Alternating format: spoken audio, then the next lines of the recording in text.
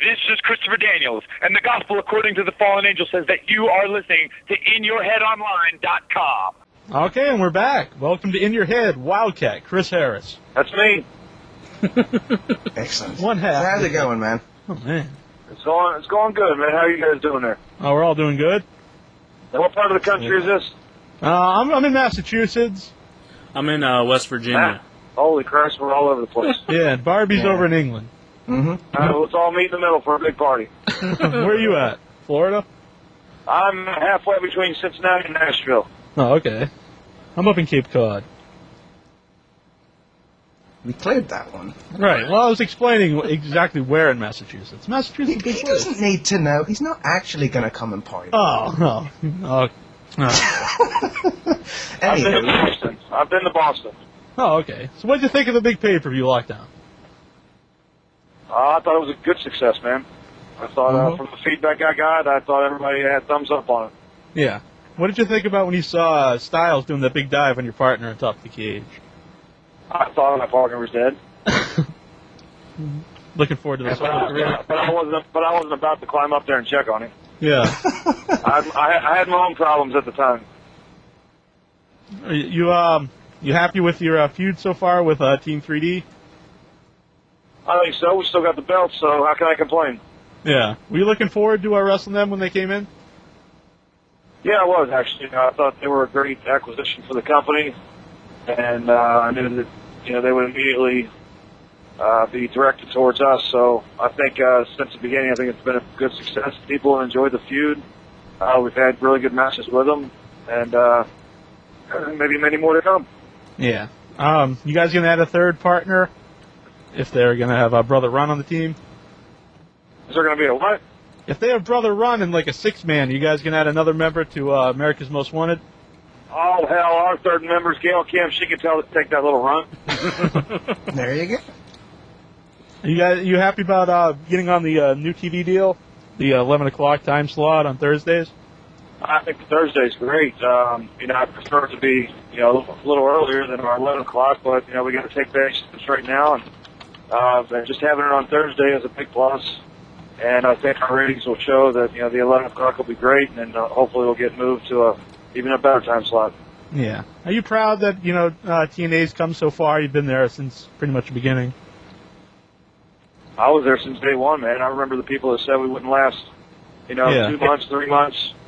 And, I remember we last, at the 3-year mark, I was even making comments like that. Like, people said we weren't going to last 3 months, and here we are 3 years later. Now we're getting close to 4 years, and it looks to me like everything is fitting in the right places. We got on Spike TV, we got a new time slot. I mean, there's only bigger and better things ahead for us. So I think it's funny, some of the critics that said TNA wouldn't be around, and we've pretty much shoved it up every one of their asses. Yeah. Do you read the newsletters or anything like that, or just the internet? What letters? The newsletters, like The Observer, stuff like that. I catch stuff on the internet every once in a while, but I don't really care about it. And number one and number two, I'm not home enough to really check on it, so I don't see a whole lot. But I have a feeling you're about to fill me in on something. So what are we talking about? You were bringing up about reading about that the show was always going to end. They pretty much said that since the beginning. I was just wondering, anytime did that make you feel like bad? That you'd read the show. It's always frustrating. It's always frustrating because there's everybody out there thinks they know more than they do, and everybody thinks they're on the inside. And so if they have a problem or a money situation or something like that, they're always directing it toward TNA won't be around that much longer. But we keep proving them wrong every month.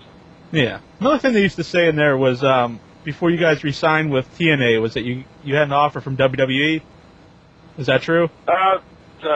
That's somewhat true. I mean, without going into detail, we definitely had a door open for us. Yeah. What made you decide to stay with TNA? Oh, man, honestly, that was probably one of the most miserable few months of my life.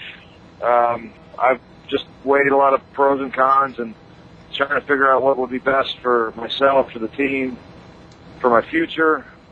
And there was a lot of things that were directing me towards making a jump, but in the long run, I just felt like, the bottom line is I know guys over there that are not happy, and as a fan, when I turn on the show and watch it, all I do is just roll my eyes and shake my head. I mean, it's not entertaining to me, and it's not a good product.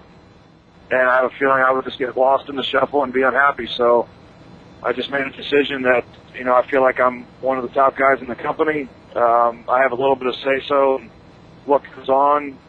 We have a great group of guys with great attitudes. So I just felt like at this point in time right now, that was probably the best thing for me. Yeah. What would you tell somebody to watch who's never seen TNA how it's different from watching a WWE product? Number one thing I would say is the wrestling. I think our wrestling speaks for itself. We have our talent level is so much better than those guys. And I'm not necessarily knocking any individuals over there. I'm just saying as a whole, you would be very much more entertained with our show, and just glued to the TV as far as the skill of some of these guys. That would be the number one thing. But also, I think even storylines to an extent, I think are I think some of them go a little over the top, but WWE storylines are just so far fetched, man. It's just not even interesting to watch. Yeah. So I think it speaks for itself. I've seen enough reviews of people that have just checked in to TNA because they've heard about it, or maybe it's the first pay-per-view they've ever watched, and they're already hooked as a fan. So I think that speaks for itself. I remember when you guys first started doing the weekly shows, and you were like smoking the cigarette, and Storm had like the cap gun. Oh Christ! Why did you bring that up? I was just wondering whose idea was that? That was our good buddy Vince Russo's idea. Yeah. And I don't want to knock Vince because I'm still close with him. I developed a very good relationship with him since that day. But even then, he had a lot on his plate. He was trying to, write his kind of TV, and he saw, a guy like me, I guess, with the look I got, and then you got a cowboy on the other hand, so he just wanted to really dig into the hick southern kind of cowboy and yeehaw, yippee-ki-yay, crap like that, and you look at me, and for some reason he saw a cigarette in my mouth, so I don't know. We really weren't happy with that part at all, but thank God it didn't last very long, and we got to do our own thing. Yeah, so no plans to ever bring that back. What's that? No plans of ever bringing that gimmick back. No, you'll never catch me with a cigarette. You got a question from the board, Incher? Crusher Cox, he brings up, how do you feel about having so many female fans? How do I feel about what? Having so many female fans. Having so many females where? Fans. Fans? Yeah. How do I feel about having female fans? Yeah, he worded it differently, but we tried to... In a roundabout way, we cleaned it up. Well, good Lord, oh man, how do you think I feel about having female fans? You feel like Incher. I'm sure, yeah. Well, it can't suck. Right. Well, pretty much whenever you guys, during the weekly thing, they'd always tease, like, breaking you guys up. Were you opposed to the idea of breaking up the team? Yeah, we were very opposed to it. I think they tried to do it within the first year. Yeah. And again, that was one of Vince's ideas, and I understand he was just trying to, springboard the pay-per-views we were doing, but that wasn't until Storm and I realized we were onto something really good. We had started to get noticed. We had everybody's attention, and we felt like, in singles that at that point of TNA, within the first year, it would have been very easy to just get lost in the shuffle and possibly realize we were getting people's attention, and we thought we were doing something really good, and they just had the idea of, okay, here's a great team, let's go ahead and split them up and maybe feud, and we just felt like that would be a bad idea for us at that time, and thought we had a lot more to do with the team, and even guys in our position, we were very new to the company and still naive, and it was really hard for us to sit down, the office and let them know that we really didn't want to do that. And I don't think they were too happy with it, but I look back now and think it was obviously the best move we could have made was to just put our foot down and say no, we didn't want to split the team up. Yeah, definitely. And plus, if you were going to split up the team, it's better if it would happen after you guys were together for years, not like you said, you were just around for about a year. TNA was around for about a year to split up the team already before people really got into them. Yeah, I mean, how many teams do you know of nowadays that are together for almost 4 years? It just doesn't happen in wrestling anymore. And that's one of the reasons people have looked at us so hard. Is not only things we've done in the ring, but the fact that it's 2006 and you have a team that's been together for almost 4 years. It doesn't happen that much anymore. Mm-hmm. I know you guys do a lot of moves from some of the older teams like Midnight Express and Heart Foundation. Were you always a tag team wrestling fan, or do you just started studying the tapes? I really wasn't. I was, most of my career I was in singles. I think Storm did the same thing, but I was always a Bret Hart fan, and so I was a fan of the Hart Foundation.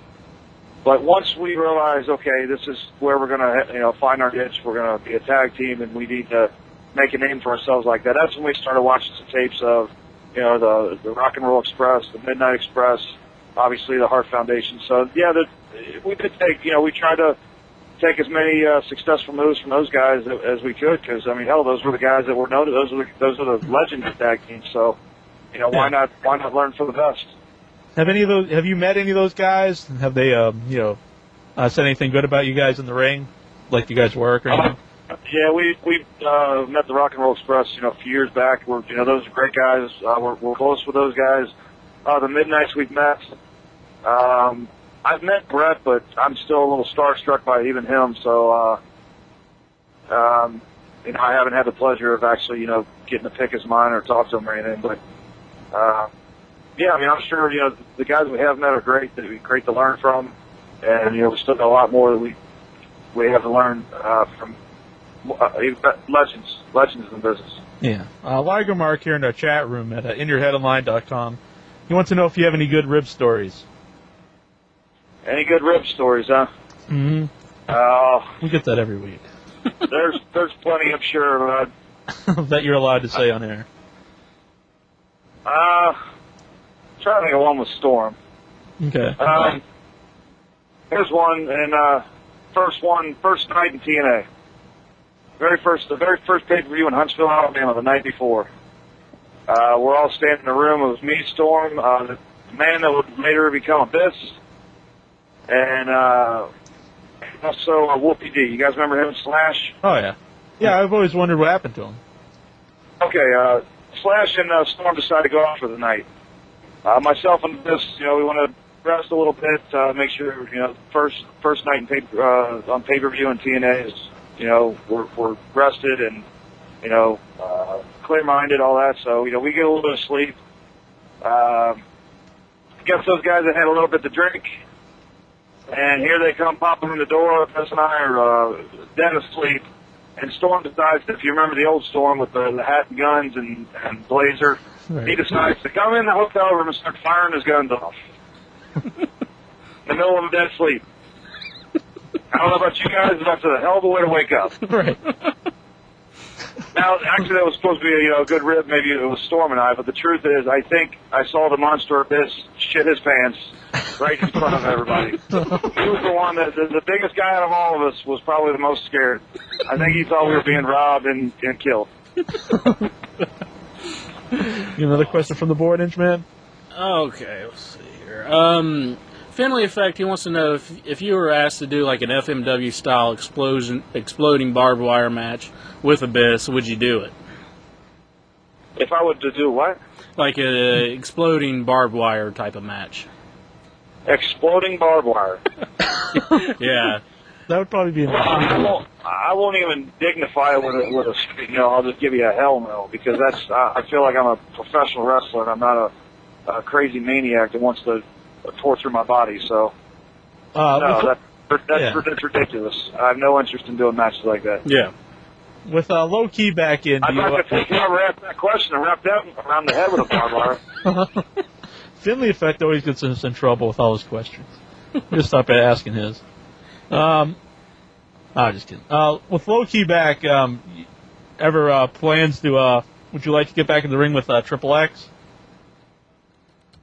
Would I like to get back in the ring with Triple X? Yeah. No, I'm done with those guys. It proved who the better team was. I have no interest in stepping in the ring with them anymore. Mm-hmm. Do you think TNA has managed to find the right mix of established names and new guys to bring up themselves to really get all round? I didn't hear you. Right. Do you think TNA has managed to find the right mix of established superstars and new guys to bring up themselves to have an all-round kind of product?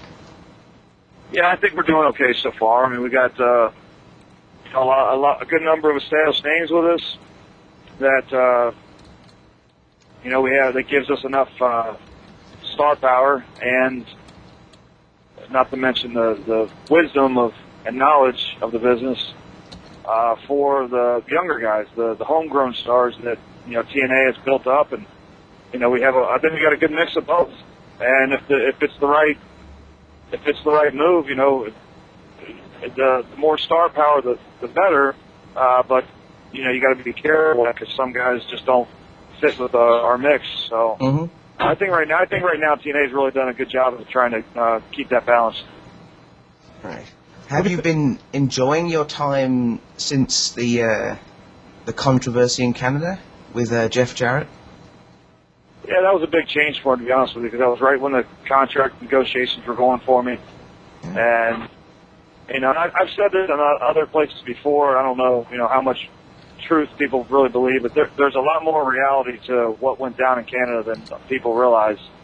I was really miserable and very frustrated, and not only with, the office and the contract negotiations, but just a lot of things. And, what happened in Canada was actually more personal for me than you can believe. So, yeah, I mean, I had a lot of aggression to get out, and I knew that was the best move for Storm and I. A lot of people will criticize aligning ourselves with Jeff Jarrett, but it was the best idea we could have done at the time, and it was the best thing for Jeff.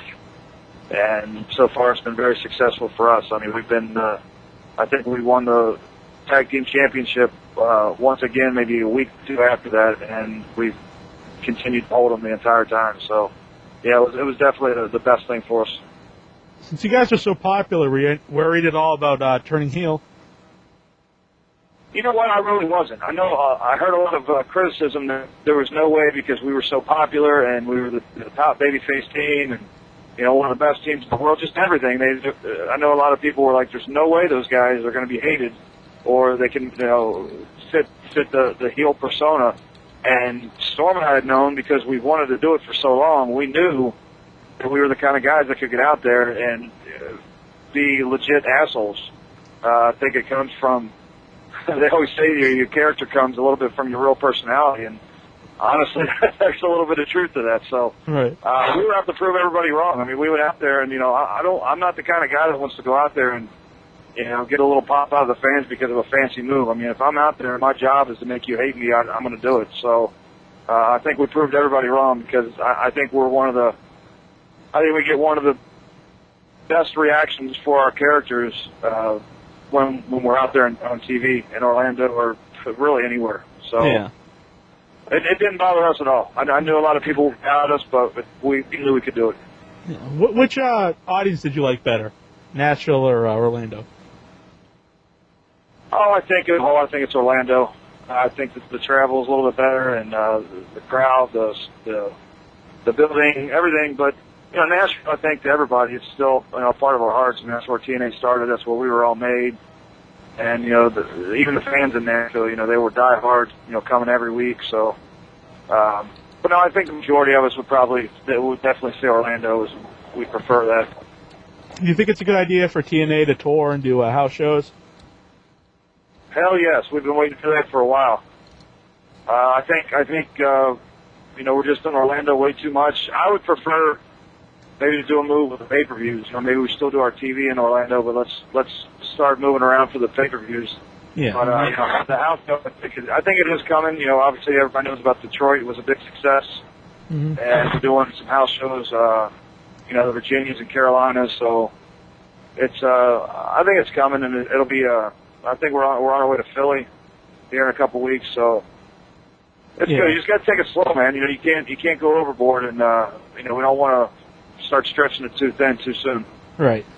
Was it all right working with the ICP? Some people don't like the ICP or the Juggalo fans. I think if it's sporadic when they're around, I don't think it's a bad idea, but I don't think it's something that we would need to really build or push or anything. You know, they were part of the Detroit show, but honestly, I think we all thought it was going to be an ICP show going in, and it turned out that 95% of the fans there were there to see TNA. So, right. If ICP ever comes in again, I think it would be short term. Yeah. Was it hard getting used to the six-sided ring? No, it's not. A lot of people, that's one of their most asked questions. But once in there, the first couple times, it's just I don't even notice the difference anymore between 6 sides, 4 sides, or anything. Yeah. Usually when I watch a show, about the first show, it's you get used to just seeing the 6-sided ring, and it's just pretty much the normal ring of the show. Yeah.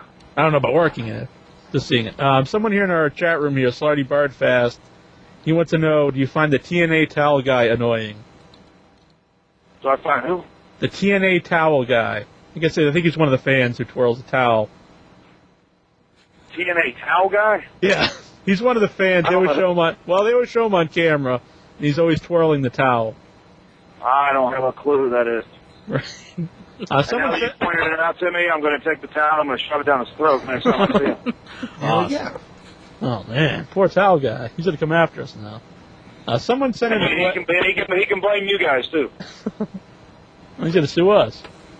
Somebody sent in a question here. I wasn't sure about asking it, but they want to know what you thought about Kid Cash's comments about you and the Naturals. Oh, that's you guys are way late on that. Yeah. Someone sent that in to us. What's that? Email. Someone emailed that to me. No, Cash's comments don't bother me in the least.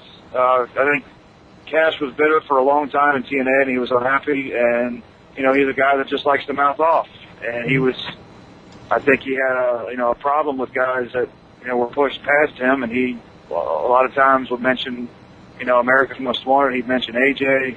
Yeah. And I know he'd bash us a lot, and he'd try to say we're not worth it, but I mean, good Lord, just look at what we've done. I mean, it's not like we've been handed anything. So, I've talked to Cash. I mean, that's the thing. Everybody thinks we're like huge enemies, but I've talked to him since he signed with WWE, and he's actually apologized to me, and he's happy now, and I wish him nothing but the best of luck. Mm-hmm. Did you enjoy filming the funeral segment? Man, that was one of the best skits I've ever done in wrestling. We had so much fun with it, and even putting it together, we had no idea that it would become what it was because it was just pure magic. So much of it was good on paper, but once we actually started doing it, there was so much of the skit that was just thrown in or impromptu that just made it. And people still talk. Just like you just brought it up, people still talk about it today. I thought it was one of the best skits done in wrestling. Yeah, you and Storm always seem to get interview time on the shows, but I think since the Team 3D funeral, the writers seem to push you more into talking outside of just basic interviews. Do you see the funeral as kind of a coming to the dance type thing for America's Most Wanted, as far as everything that you can do for TNA? What was the last part? Do you see this funeral segment as like a coming to the table as far as what America's Most Wanted could do encompassingly for the television show? I think it was the first time I really saw you guys' personality as heels. Mm-hmm. What was the first chance we had to actually show a personality? Mm-hmm. When any other time we're out there and you get interview time, you just got to talk about how nice you are, and you're going to beat the other guys up, and you just try to be out there and wave your white flag, and just I don't know. We had, like I said, we had a lot of aggression out. We kind of developed a little bit of an attitude, and so it gave us a chance to really just be characters and just show a bit of a personality. And I think the funeral was just the first mark of it. I think Storm was one of the guys that shined in the whole thing, and since then, we still, I wouldn't say we get any more every time, but when we do, it may be a little bit more interesting, just because we're actually able to show a little bit more of our, inside, and you know, it's a lot different when you're talking from the heart too. You know, when I'm sitting there talking and I might be bashing the fans and I might be bashing the guys that we're working with, you know, a lot of that is true. Is there any teams like that you've worked with on the indie scenes that you think would be a good fit for TNA? No, you guys mentioned other teams. I mean, honestly, if you asked me that a couple of years ago, I'd have been able to answer a little bit better. But in the past couple of years, or especially the past year, whenever Storm and I are on the road together, we're usually working with guys that, you know, that have already been around TNA or part of TNA, something like that. You know, in the past few months, we've been working a lot with you know, 3D or the Naturals or the James Gang. You know, guys that are already part of TNA. So that's really difficult to answer. I haven't really worked with other teams in a while. So, but you know, I'm sure they're out there. You know, people are just waiting to be discovered. So, yeah. Do you think TNA kind of brought back tag team division as like a main part of the show? No, I think we did. Okay. I may sound a little cocky, but I think wrestling in general was down in tag teams, and I think TNA didn't know what to do with us, so they just threw us together to see what would happen. We made a success out of it. They wanted to split us up. We fought that, and we continued to do exactly what we were taught to do. And, you know, I watched some of the old school tapes, you know, names that we mentioned earlier, that Storm and I just applied that, and it was to get brought back to the old school style tag teams. And, you know, God forbid, you know, it's just wrestling one-on-one. You know, that works. You know, going back to the good old days of wrestling, that if people would just stick to that, it works. That's what Storm and I did. I think we helped put tag teams back on the map, but now, you know, and it's not just now, but in the past couple of years, I think TNA has done a great job with the tag team division, and, you know, it still exists, and that's a lot more you can say about our competition. Yeah, I know. Who would you consider the number one contenders to the tag titles in TNA right now? I'm sorry, who do I think is? Mm-hmm. Yeah. I guess it would still be you know, Team 3D maybe. You know, the Naturals haven't been. You know, Amy Douglas is hurt right now, so that's kind of hurt them a little bit. I think the James Gang is working their way up. We got Diamonds in the Rough. I mean, there's a lot of great tag teams, but I think it's still. I think the match people still want to see is Team 3D and America's Most Wanted. I think the feud is far from being settled.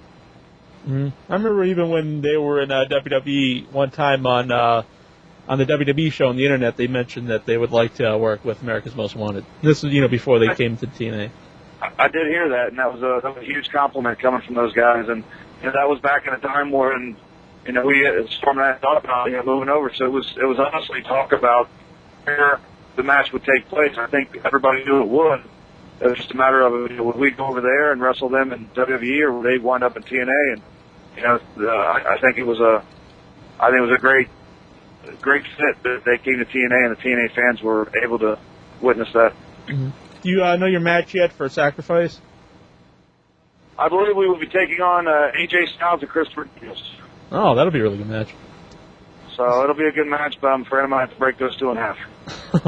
You got anything to say to your fans here before we let you go? I'm sorry? You got anything to tell your fans out there before we let you go? To say to the fans? Yeah. Yeah, sorry about your damn luck. This is Gold Dust from Hollywood, California, or Dustin Rhodes, the son of the American Dream, Dusty Rhodes. We are taking over the wrestling business, and you have been listening to In Your Head Online.